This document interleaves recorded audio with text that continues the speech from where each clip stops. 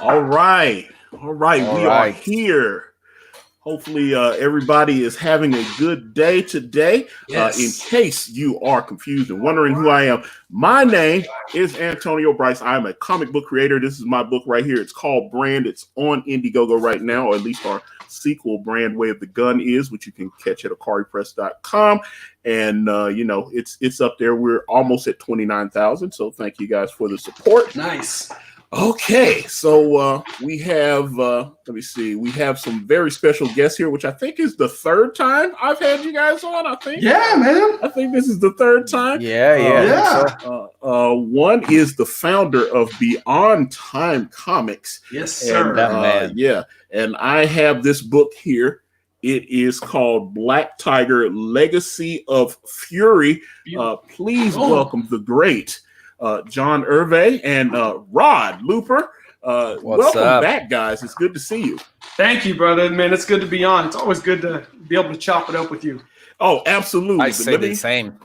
Thanks for inviting us.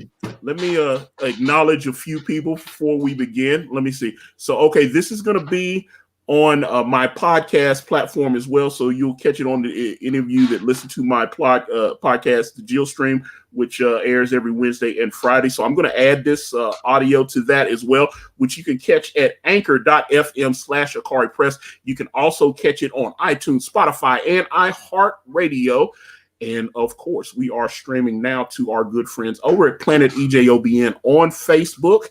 And if you are on one of the other platforms like Periscope or Twitch or anything, listening to this program, you can catch us if you want to hop directly into the YouTube chat. We are at youtube.com/Akari Press. All right. Now, you can also, let me acknowledge this because I have this pulled up. You can catch John and all his fine comics at beyondtimecomics.com right there. Sir. Yes, sir. Yes. So again, John, Rod, welcome back. How are you gentlemen doing? Man, excellent, man. We're doing well. We're grinding away, but we're having a good time. Yes, sir. Producing really cool comics. Well, speaking of which, like I said, I showed this. I got this in a couple days ago. This is 172 pages. Yes, sir. Big bad boy. Yeah, man. It's finally, John. Finally. Yeah, man. This is I went through this and Rod, I see, you guys had a team of different artists and inkers, but Rod, most of this is you. Yeah.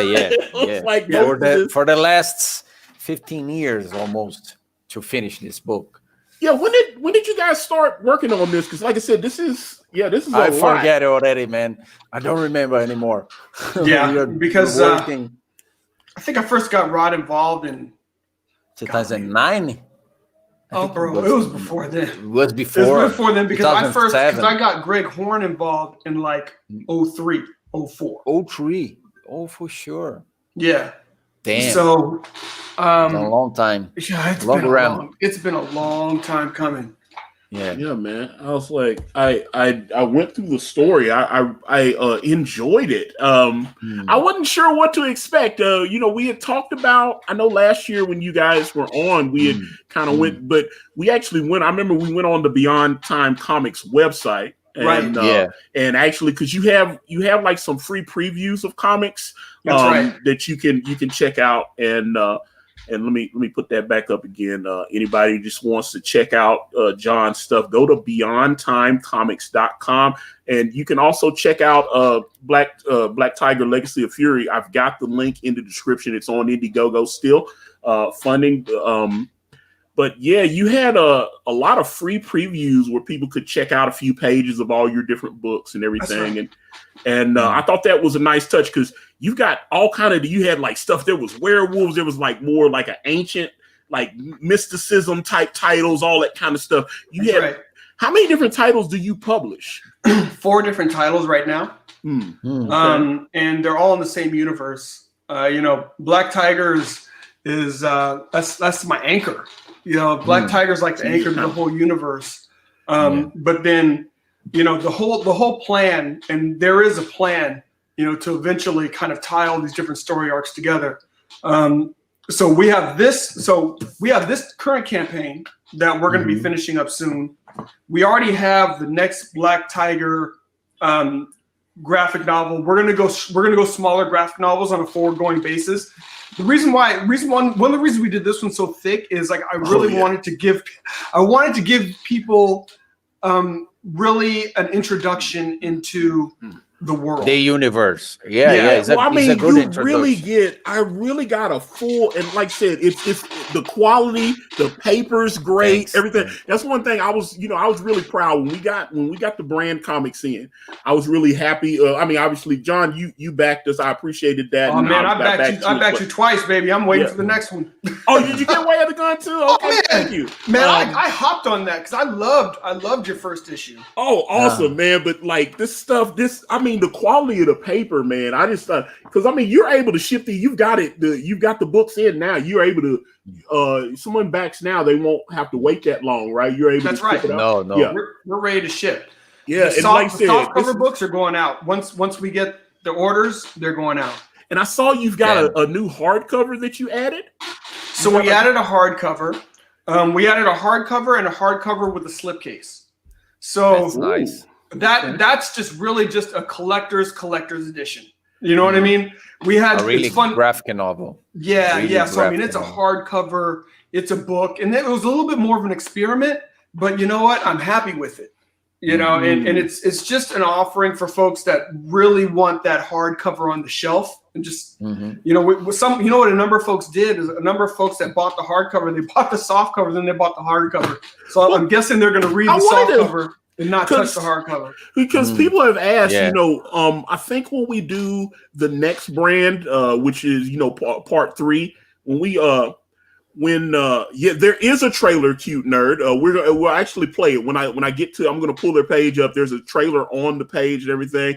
We gonna get into it. So we're gonna tell you what the story is about. Everything. Cause I got all kind of questions. I used to watch. I used to watch Larry King live, and he'd have a lot of authors on, and he would say that he actually doesn't read their books. I read this. There you go. I read this entire thing. And I have questions that I would like. There were things that I am very curious about. So I would like you. Yes. I'm like, John, answer my questions. Yeah. And just for the record, he did not prep me. He's like, He's like, I'm gonna wait till the show. I don't want you to know what I'm gonna ask. I have all natural. Okay, all natural. So I have okay. So let me actually. But basically, since you are the writer and the creator, tell people what Black Tiger Legacy of Fury is about. Tell them what's about. Okay, so this is a story of a power that's it's an ancient power, but it's being passed down to a new generation. So you have a second generation Asian American female and male, brother and sister. All right, so you have the long-standing Black Tiger, who's protected the city of Los Santos for a very long time, and he meets his end. The power goes to the brother. Now the brother is in a triad, so he's aware of the Black Power lineage in his family, and he's feeling kind of this is coming to me, and he's all about it. He's like, I'm ready. The sister has no idea that the power is even she has no idea about the power being in her lineage. And she, on the other hand, she's an assistant DA. So you have the father's untimely end. He ends up leaving his daughter enough of a message that it sends her on a journey. And as her brother, as the Black Tiger, he's trying to figure things out. He's trying to figure out, can I be like my dad? But he's also kind of like, you know what? He's a criminal. And he's living that criminal lifestyle, and he now has power that he can actually exercise. So he's torn, and he's trying to, and we know that the law has its problems, and he sees some of the problems with the law, and he uses that as an excuse to say, well, you know what, the law's got problems anyway, so I'm just doing it my way. Okay, so as someone that read it, here's kind of some of the things that I kind of took from it. It kind of reminded me of the Phantom, where the Phantom has a long-standing lineage where you go back Phantom after Phantom after Phantom after Phantom. So because you've got 4 different Black Tigers in this book. Yes. The reason why we did that is I want people to know that this isn't, the mantle is passed down. You know, I mean, Bruce Wayne is Batman. I don't care how many people wear that mantle. At the end of the day, it comes back to Bruce Wayne. But with Black Tiger, it's handed down through millennia. And we're just getting one slice in history today. Yeah, that's the good part. We have a huge story for this character. So these characters are Chinese, is that not correct? That's correct. Okay, so these characters are Chinese. You have them as Christians in the book. That I found that interesting. So this is actually because my Sifu in California, basically, and part of the story I would use what you would call historical tent poles. You know, so one of the historical tent poles is a martial artist from the late 1800s, early 1900s named Wong Fei Hong, and he was really famous martial artist, and he was also famous as kind of like a, you know, with medicine and things of that nature. But he had a style of kung fu. He was called the Tiger, you know, and he had a style that it got lost. But then the martial art, the funny thing about it, the style was lost, and it was actually kind of rediscovered here in the States, and then in the States they're bringing it back to China, you know. So it was a system that basically got handed down, and then the system got lost, but it got taught to a servant, and the servant left and came to the U.S. So I'm kind of keying you up to let you know that there's a little kind of historical flow that goes along with the story. So the grandfather, he comes to the U.S., you know, and he's the Black Tiger in our story. And he is, you know, fundamentally kind of like the servant to this guy, to the Wong Fei Hong character, you know. So when you get to the U.S., you know, he's you know, an immigrant, but he's the Black Tiger. He feels that responsibility, so he starts acting as a hero. He raises his son. And the other thing is, while they were in China, missionaries came, and the missionaries were part of the reason and part of the way through which the grandfather left China and came to the U.S. So you have somebody that gets kind of proselytized, and then he comes to the U.S., and then he passes those values on to his son, who still has very much, you know, Chinese. That's Pacific, is that not correct? You named Pacific? Huh? Are you talking about the character Pacific? Yeah, Pacific. Yes. So he's named Pacific. He's Pak Fong because he was born on the trip over. He was born in the Pacific. So he's Pak or Pacific Fong. And you got Jen and Eric. So now you have Jen and Eric, and they're trying to find their way. In their own ways, they're both trying to find their way. They're aware of their father's convictions. They're aware of how their father walks, but neither of them have fully ascribed to it yet. So they're like, okay, you know, those are your beliefs. That's your belief system. Eric, he's not ascribing to much of anything at first other than anarchy. And Jen, she has a lot of similarities to her brother, but she also has similarities to her father. And the thing is, the reason why I wanted to present the book like this is on a going forward basis, you now get to see her struggle. Because she has parts like her brother, and she has things like her dad. And she's trying to figure out who she is. So a cool story. So yeah, okay. So there's, like I said, there's so much. Like I said, there was at least 164 pages of story, 172 pages altogether, because you got like covers from Greg Horn in here in the back of the book and everything. I mean, it's just beautiful. And I don't know who printed these graphic novels, but they did a great job with them. You know, actually, it was a printer that I work with in California. It's called KAC Design in Arcadia. And the reason why I used her is back in the day when we first printed Black Tiger and distributed to Diamond, because we only printed the first 4 issues. And the first 4 issues Like you see how like the first issue now is like all those issues were 22 pages. Now to tell you how much Rod and I have added, the first issue or the first chapter of this book is 31 pages. So you got a prologue in here and all kinds of things. Yeah, you've added material to the graphic. Like I said, this is I cannot. Yeah, this is a great product. I really I was really impressed when I received it. And like I said, it was I spent a night just going through it just going through it. But like there was like I said, throughout the entire thing, you end up having you got four different black tigers. Yep. You show the different black tigers as children and different stuff. You got like there's a lot. And you set yourself up for the next story arc, which I thought was a great thing.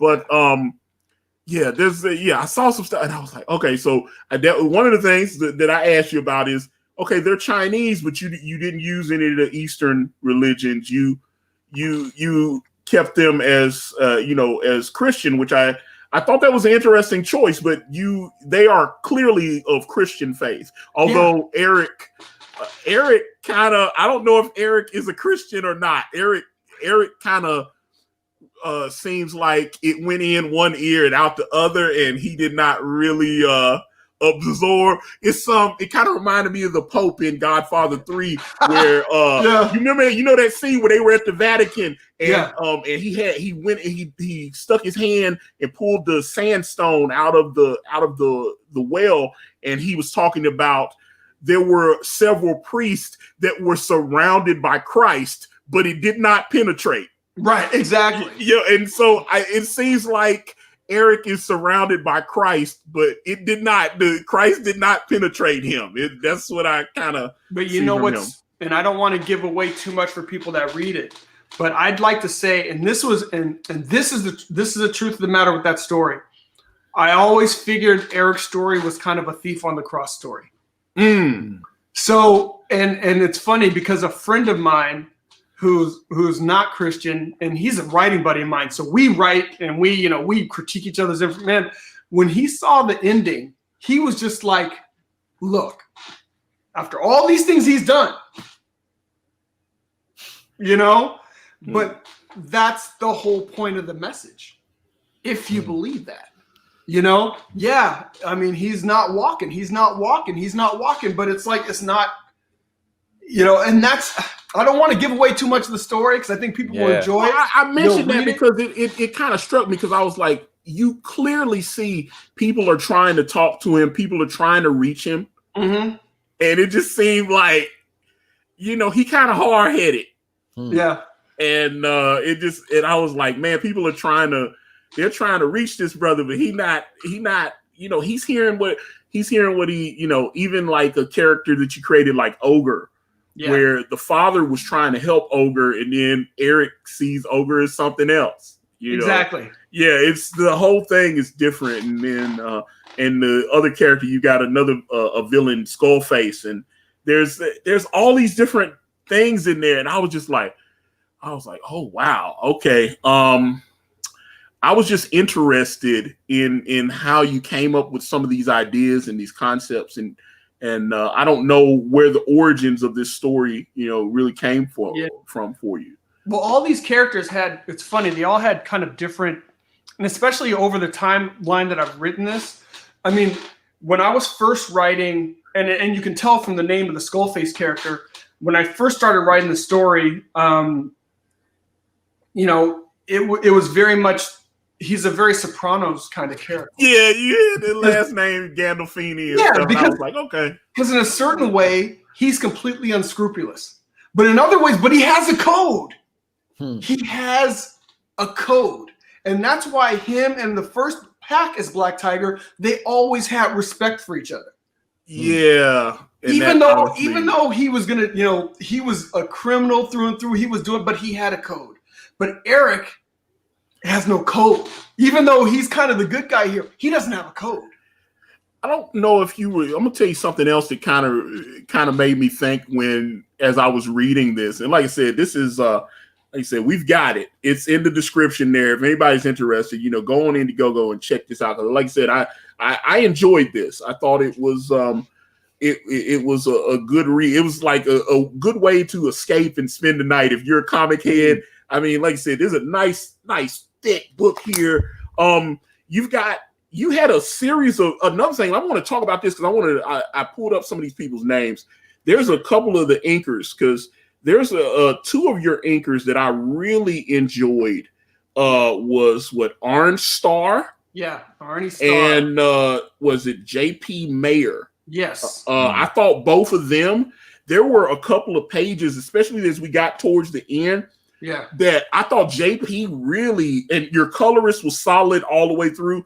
Yeah. But you have so many. Well, you have 4 different inkers that I see credited here. Yeah. But I thought those two, you could kind of tell like when I was glad to see a lot of their work. Yeah. Especially like in Atlanta, because there was some really strong art. Because Rod drew his thing, and then they inked over, and I was like, wow, this. If you have a really solid inker, it can take the art from like an 8 to a 10. You know what I'm saying? Yeah. It was like I thought they both did great jobs inking over Rod's lines, and I just man, it was just really, really solid stuff, man. And like I said, your color, your production on this, the print quality is really good. I think, like I said, this is a great product. And you've got like you've got this like wraparound cover thing here where it's like 4 covers all together or whatever. Rod's a madman. Yeah, he made 4 covers. So I mean, and it's a wraparound cover. And I'm gonna let Rod speak to it in a second. But Antonio, man, because you work with Kanan, and I've seen how sweet your pages are in brand. When you get pencils like that, man, you are so anal about who touches them. You are insanely anal about who is gonna touch these pages. So those inkers, that was like that. There was no compromise, with that. I mean, those were folks that, man, I saw their work. I wanted to work with them. So I mean, it's like once I had Rod as a penciler, that was my baseline. I could never go below that. I could never just have somebody on the book for the sake of having them on the book. I'm like, I got these amazing pencils. I now need to bring amazing inks. And then when you do that, now I got to bring amazing colors. And now I got to get a letterer who's going to bring all this to life and add to it and not subtract from it. So you know what time it is, Antonio. I mean, it's like once you have the high bar for production, you can't have any layer of it. Yeah, like I said, I really for sure. This was a fun read. Like I said, I enjoyed it, and like you can tell, like I said, man, the quality of the paper and everything. I was like, this was, I could just. I was like, I'll just read some of it tonight. And then I just kept going and going. And I was like, well, I'm almost done. Let me go ahead and get so I was like, I went ahead and read the whole thing. But I got through it. Nice to hear that. It was, and I enjoyed it. And I know, like I said, I know you set yourself up nicely for, you've got Jen as the Black Tiger. And I'm curious to see how her story has progressed. Let me see. There's a couple of things that I saw. Okay, the blonde woman, I can't remember her name. This Jen's best friend, Kenya.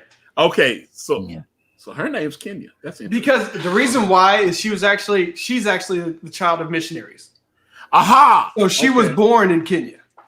Okay, because you had the stuff with. Because you're like, why would this blonde chick be named Kenya? Yeah, because you had the little storyline with Jen's boyfriend, which I won't even. I was like Jen's boyfriend. I kind of was like, no. I saw that one. I gotta be honest. I saw that coming a mile away. Did you see that coming? Okay. I saw that coming because I was trying to surprise people with that, but I could tell. I was like, okay, Jen, okay. I was like, okay, but okay.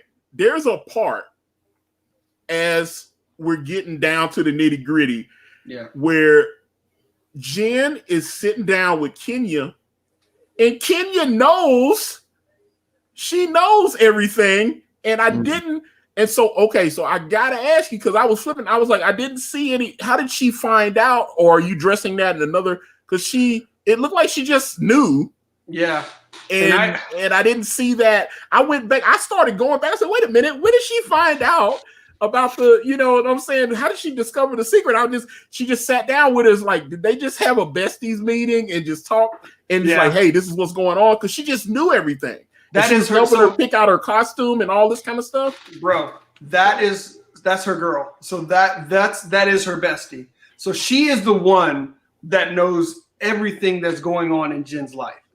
So but I was waiting on a scene where it would come out, and it didn't. And she just knew. The next book, I think, will do a better job of, I think, fleshing that out. Okay, because that's why I was asking, because it was just like certain, Jin found out, and then like that you went down a little further in the book, and then they're sitting down, and she just knows, and I was like, I started to actually DM you, and I was like, wait a minute, where's the scene? She just sit down. It's like, oh, okay, so this, and this is happening, and blah, blah. And I was like, wait a minute, did I miss something? I went back and I was like, wait a minute, how does she just know? Is she like a super Sherlock Holmes detective, or did Jen just tell her? Was it like, it's like, I'm thinking of Grant Morrison All-Star Superman, where Superman is in Lois Lane's apartment, and he's like, should I reveal my secret? And it's like he's sitting there, and I was like, okay, because all of a sudden she just had like blonde superpowers, and she knew, and I'm saying that's what I'm just telling you, because I enjoyed it, but I was like that surprised me, because I was like, wait a minute, I didn't see any sequence where they actually discuss. She just, and like I said, you established they're best friends, and I guess but I thought that would have been if you would put that in there where they actually have either she discovers the secret, or Jen needs someone to talk to and trust Kenya with the secret. Yeah.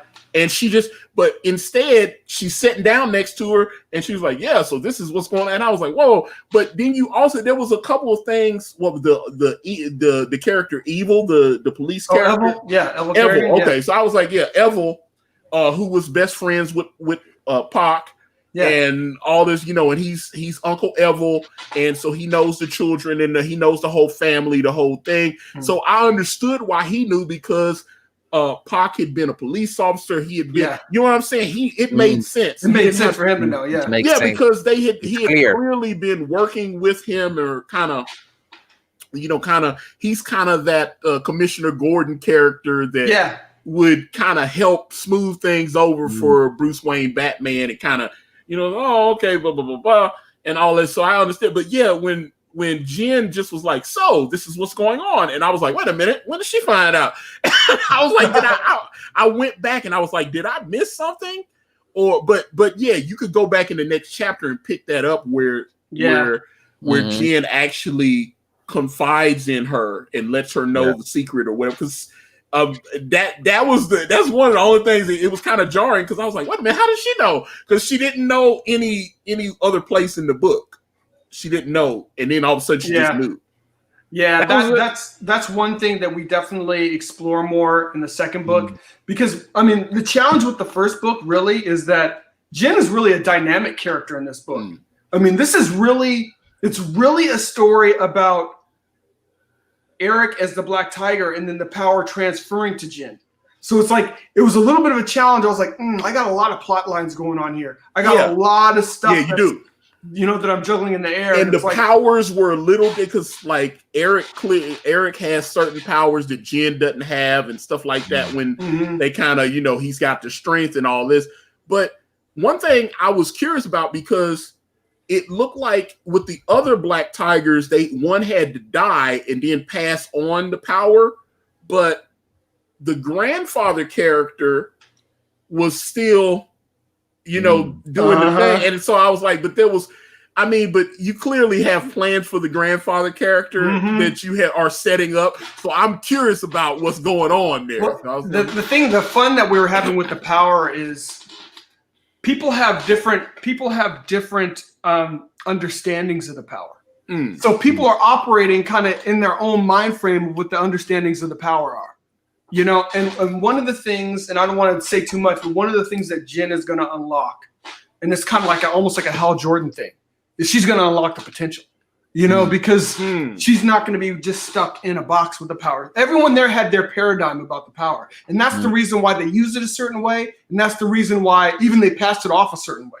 Because I will say this, you even said like later in the book that even the father, Pac, he never unlocked his full everything. Yeah. He never unlocked his full Black Tiger potential.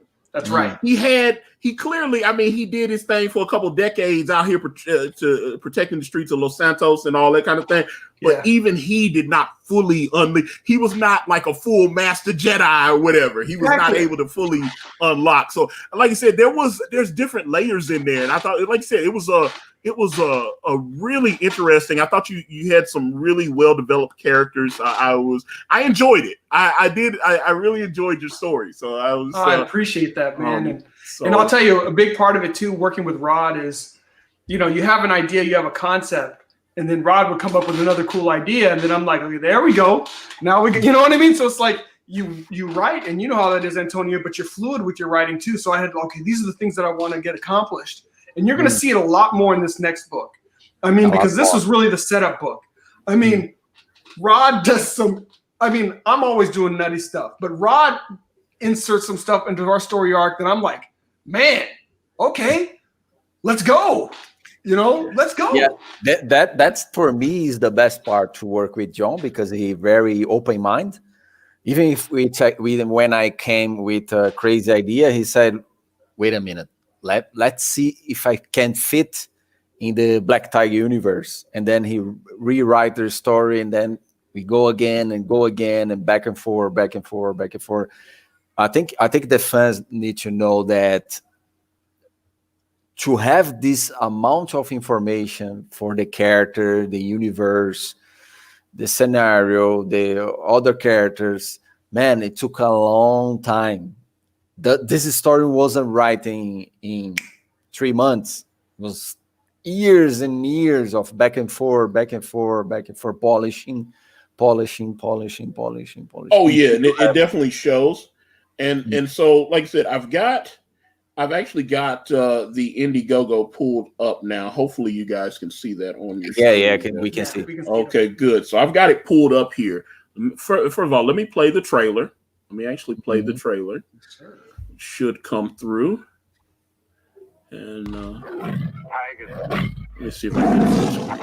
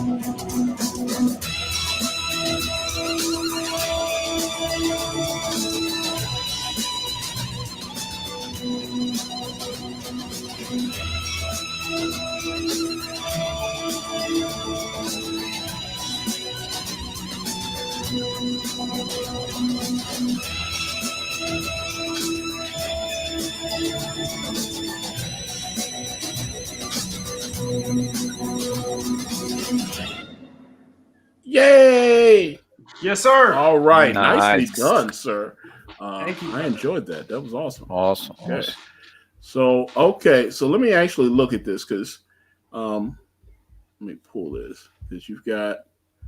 Let me see. Okay, this is closer towards the end there where you actually see where we have two black tigers and yeah, man. But you've got there's your hard case tiger. That's your hardcover. Like I said, this if the print quality of the hardcover is as good as what you had with this graphic novel version, I was like I said, that's going to be a good product. But you can see some of the different interior pages here. Yeah, Mr. Looper. Doing this Super thing. Looper. Super Looper. There you go. And yeah, man, I'm digging this. This is when father's trying to train Eric. Mm-hmm. Oh, this young lady. I recall her. Oh, you're gonna see a lot more of her, brother. Yeah. On the second volume.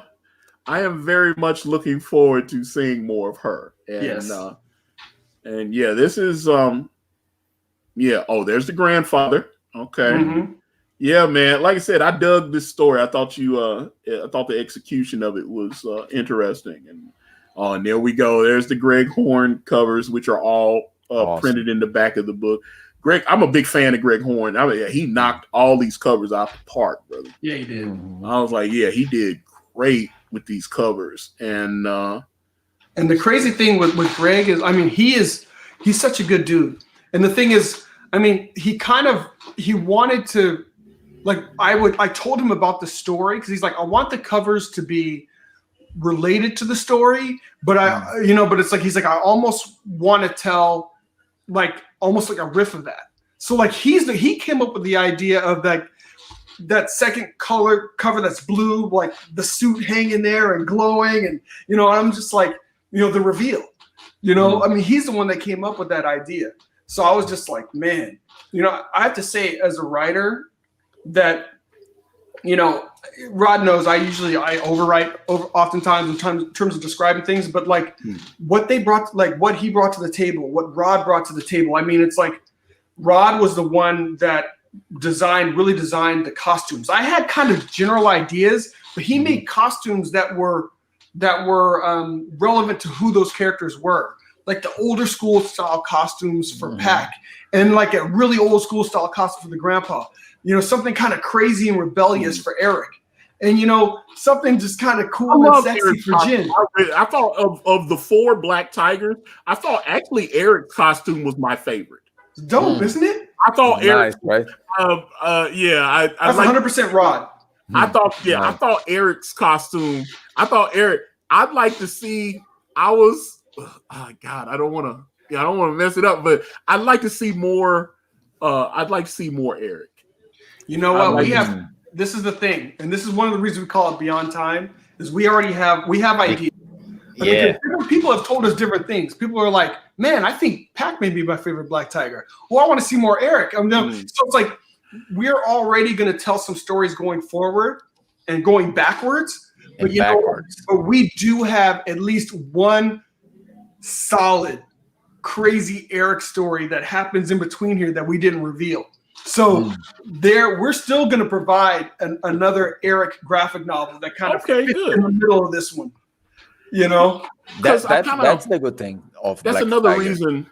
There's another reason why I mentioned where it kind of reminded me of the Phantom, where the lineage is passed down through that same bloodline, that family. And I saw they had like a main Phantom book, and then they would do like Legends of the Phantom, where they would go back to the Phantom from like 200 years ago and do. You could do like Legends of the Black Tiger. What? Yeah, right? whatever. Go back you can go go back. Yeah. You can go to the future. Like, okay, this is a black tiger that's from like 60 years in the future or something. Yeah, there's so many options with the way you guys pass that power on to different. And I was like, I thought, like I said, the execution, and Rod, it looked like where you started art wise was at one. It just looked like you constantly. But that's what it is. Art is repetition and just getting better and all that. It just looked like your storytelling ability. There's yeah, as you kept, because like I said, what 2009 or whatever, when you guys first linked up, You're going to change a little bit.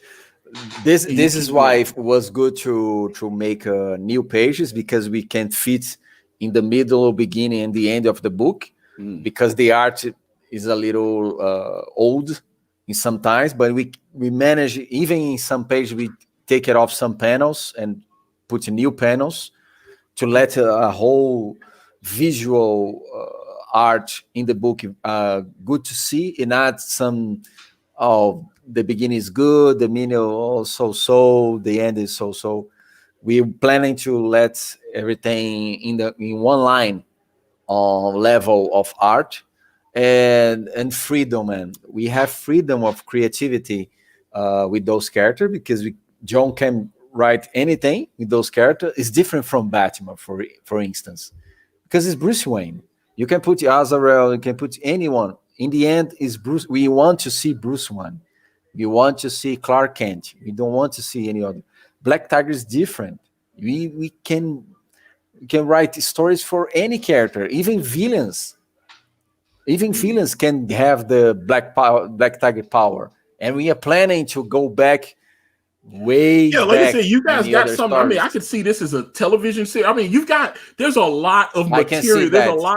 There's so much here. Not to mention, you have there was some really cool, especially in the beginning, you guys had the Black Tiger facing some other superpowered people, metahumans. And we're going to pay that off. The next, so what we want to do is we want to set the stage. So that woman that you saw in green, I mean, she's basically a revolutionary, and she's gonna play a big part of, and all these characters you saw for a very short amount of time. There was a Russian character with his big, Russian bionic bodyguards. I mean, this city is gonna go to war. I mean, the cops now have different crazy characters. The cops now have like superpowered, like anti-superhero weaponry. You've got bionic Russians. You've got a whole metahuman underground that woman in the green is going to cause to rise up. The city is going to fracture, and it's going to be crazy. And Black Tiger is going to be there trying to hold it together.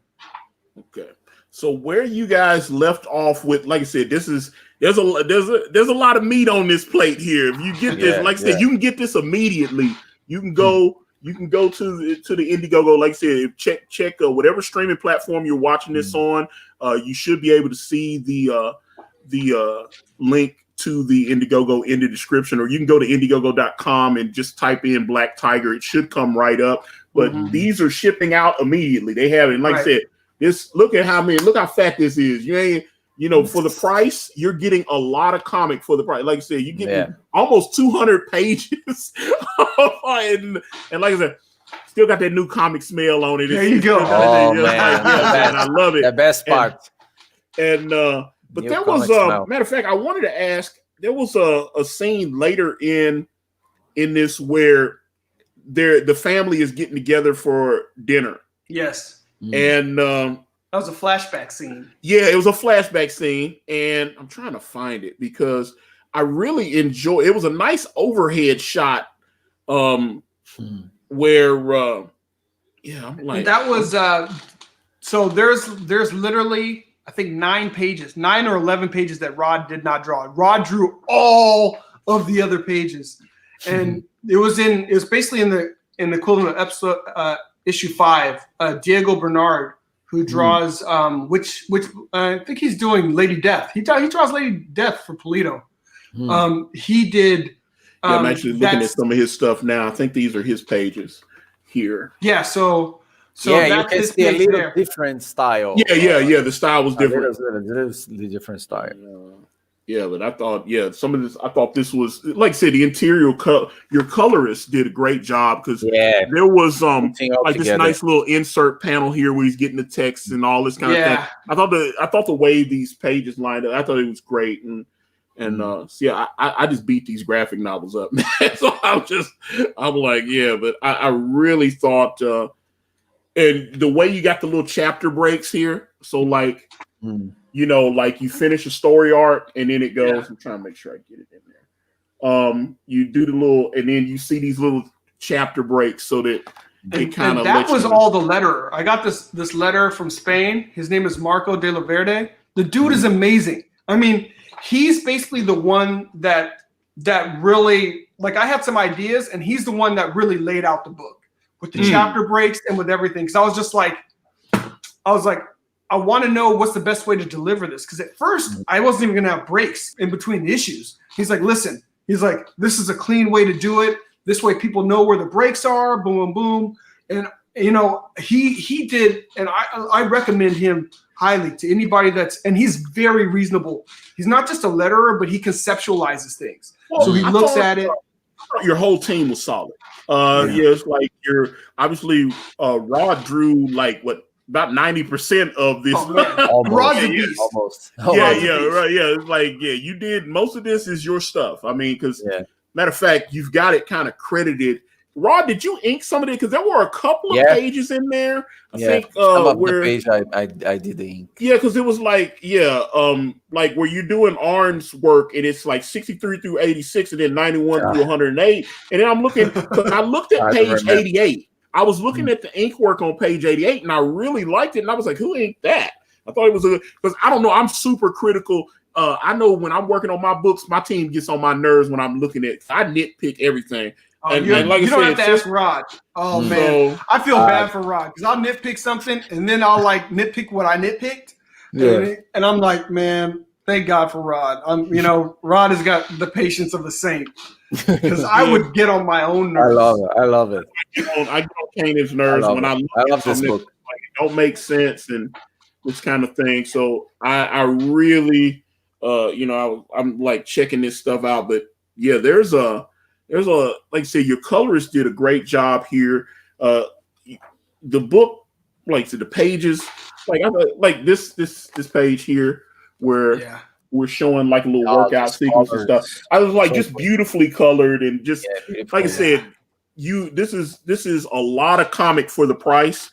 So if anybody, like you said, I couldn't recommend this enough. I was really happy. So I'm very proud to have backed this and it was nice when I opened the book and saw, you printed the backers' names in the book. So it was nice to see.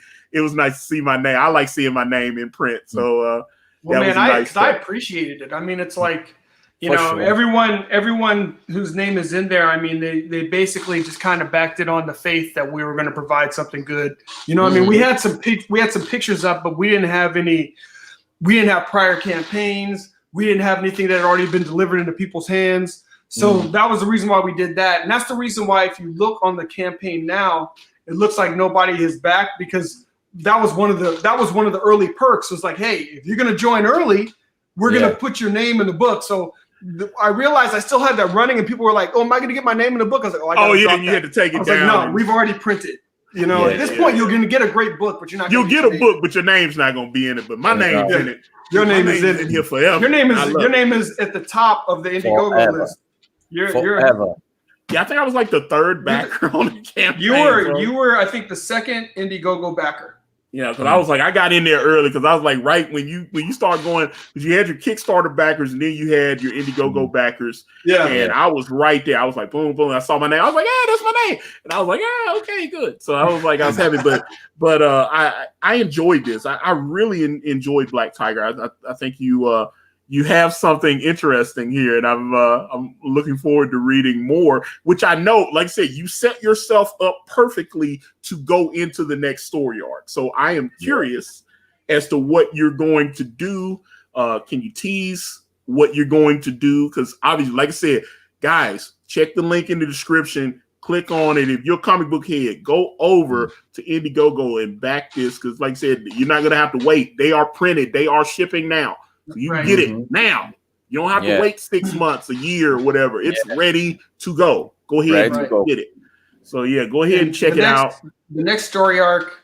I mean, Rod is a beast. It's already produced. It just needs colors, but all the pencils. And then Rod has done a great job starting to ink some of his own work as well. So he penciled everything and he inked some of it as well.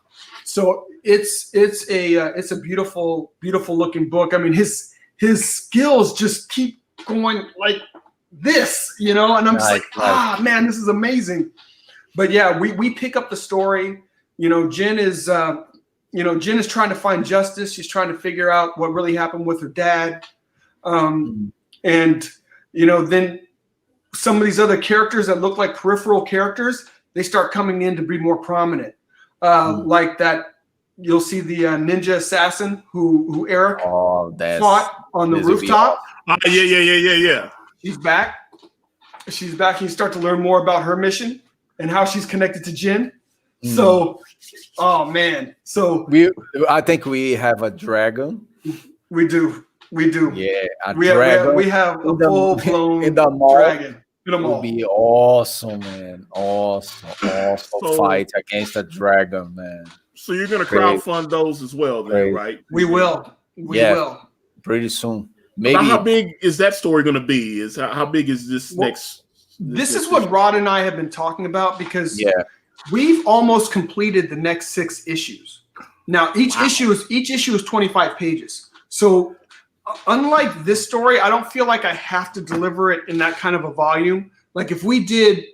I was very glad, because, like I said, if you would just give me an issue or something, this, like I said, the price is right. And I didn't know what I was gonna get when it showed up in the house, but it got, like I said, that's a lot of comic, man. You get a lot of comic and only drop $25. Yeah. And what I was talking with John is maybe to split the 120 pages that we have in 2 and make 2 volumes of 50 pages. It's 150. Each. The next story arc is 150 pages. So maybe 3 volumes of 50. So every 6 months we receive a book, or every 4 months a new campaign and another book, and you make a collection, a good collection. I'm definitely wanting to see the next one. I'm like, and then maybe later you could even do like a big. You could maybe do like a big, you know what I'm saying? Like a compendium type book. Yeah. And I was just like, man, that's a nice. Because I'm actually curious about the hardcover, tier. Because I like I said, the graphic novel turned out very nice. The paper stock's great, colors printed nicely on it, and I even like when you get to that last and you see the Beyond Time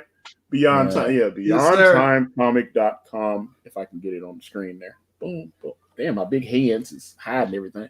It's kind of there you go. Boom, Beyond Time Comic. Boom, there you go. Boom, Beyond Time. Yes, sir. Comic. And so if you go beyondtimecomics.com and check that out, you can matter of fact, you can see some of the other books that they are working on. So I mean, you guys I thought, let me see, can I pull that up? Because I was like, you had so many other titles. And I wanted to show, because I really enjoyed when you guys were on the last time, and I could actually show some of the other books you were working on. Yeah. And I thought that was a good deal. So if you're able to pull it up, we're gonna launch a campaign for Magna, The Last Pantheon, and that's a fun story arc, and like it's in the same world. It's like I said, this is just kind of the collection of heroes, kind of in this universe. Here it is right here. Okay. Exactly. So let me see, because you've got let me see. There's Black Tiger, and but let me go back because you mentioned Magna. Okay. Yeah. So let me pull it up. This is. So, like I said, go to beyondtimecomics.com and check it out. Those 6 issues are complete. Okay. Are you going to do like collected on those? Because I love the. I remember this one caught my eye when you guys were here last year. Yeah. And I really enjoyed. We're either going to do one of 2 things. We're either going to collect it like we did this, or we're going to split it into 2. So 3 issues per volume. Yeah, I think that's reasonable. And I think if you have a thinner comic book, you'll be cheaper to ship the book, to print the book. You'll be cheaper than you have a thick book that will be very heavy to ship. Internationally, you'll be 100, almost 200 pages to ship. And this book you've got the international. digital editions for sale on your website where people you can get them for $3. You can get your copies and like one thing I liked about Magna, I'm a fan of Marcio Abreu's work. I've been following him on Instagram for a while. He's a super talented artist. I've seen a lot of his stuff. I mean, just a fantastic artist, and I just you can tell. Like I said, I think this particular book here is just incredible, and I'd love to see a collected edition of this, since you said these are already done. Right. And yeah, man, I really thought. So we'll provide. It's either going to be 3 or 6. Not too sure yet, but we're going to do a collected edition of that, and then we're going to do the next Black Tiger graphic novel, and we'll kind of toggle between the two for a little bit. But I mean, by far we have Black Tiger material still coming out of our ears. I mean, Rod has already completed the first 5 issues, and each issue is 25 pages. He's completed the first 5 issues of the next 6-issue story arc.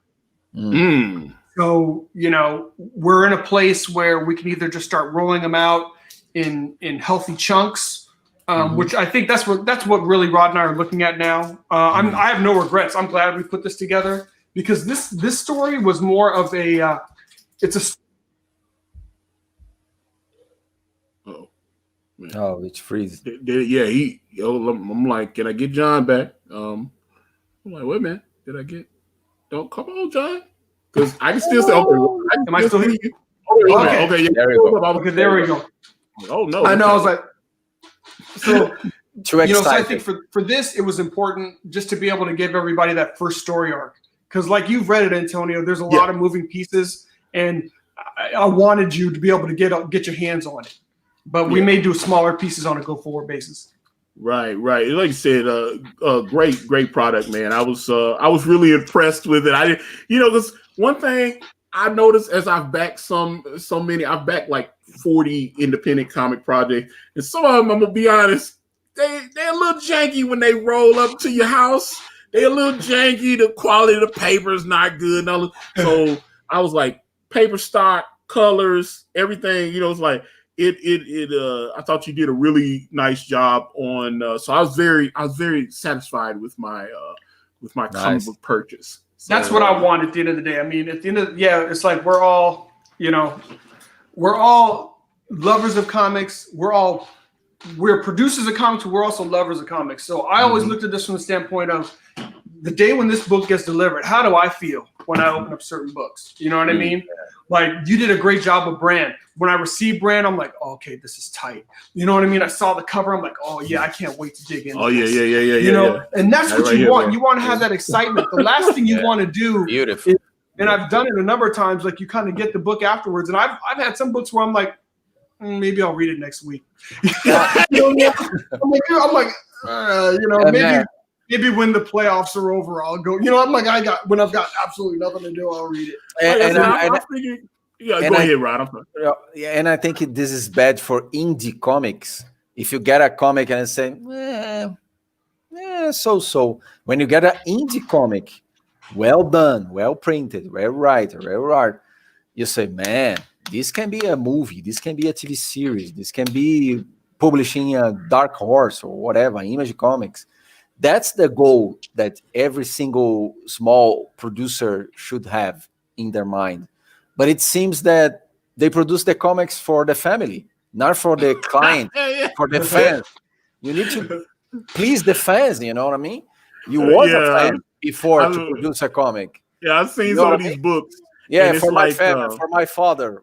It's like a 13 or 14-year-old decided to make a comic book for his mom and dad, and just kind of put some stuff. It's like the quality is not. It's like they just printed it at the house or something. I don't know, but like I said, you got a great print job here. The book is nice, just professional quality. I was very happy with my purchase, so I'm very proud to be a backer on this, and I appreciate that. It's like I want to have that same effect. Like when your second campaign came out, I jumped on it. I was like, of course, that's what I want. I want, if people are questioning whether they should get it after they get the first one, then we didn't do it right. then we didn't do it right. For sure. Yeah. So yeah, like I said, well, guys, this is I feel like I could talk to you guys all day, but this has been yeah.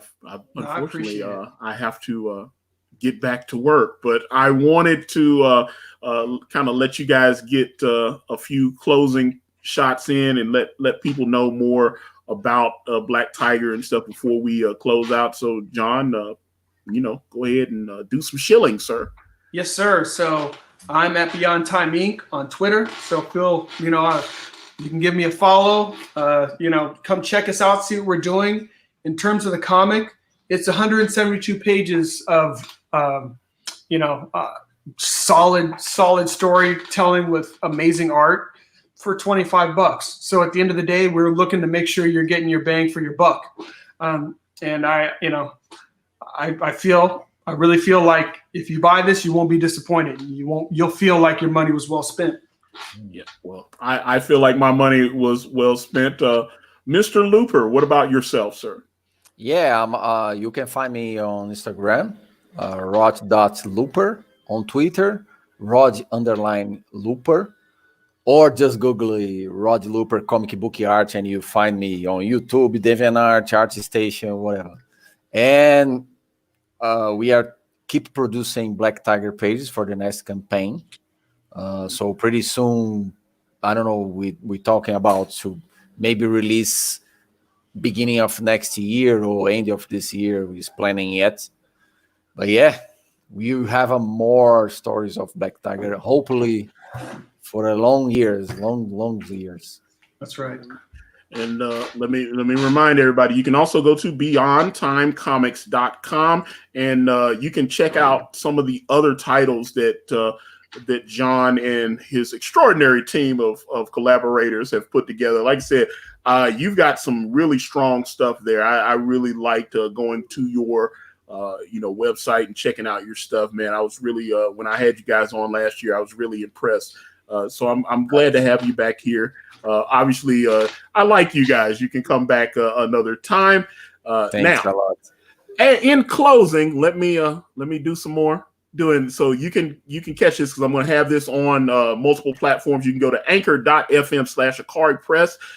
You can check the stream out there, or you can catch it on iTunes, Spotify, and iHeartRadio. You'll be able to catch that. Also, my thanks to our good friends over at Planet EJOBN over there on Facebook doing the damn thing.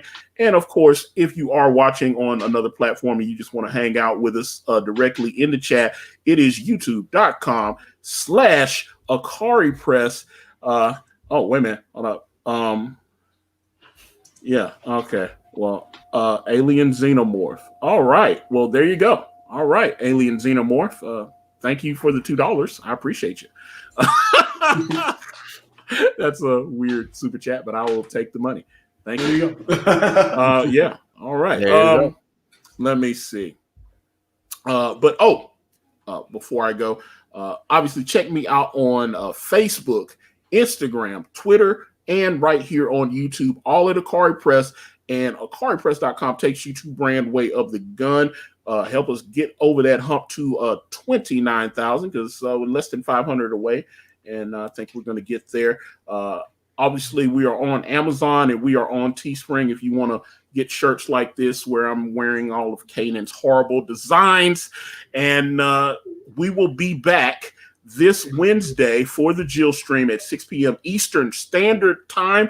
We are doing the Wire. We are going through every single episode of The Wire. We are on episode 6 of season 1, and it is actually called The Wire. So you can catch us this coming Wednesday, me and Jill on the Jill stream, 6 p.m. Eastern Standard Time.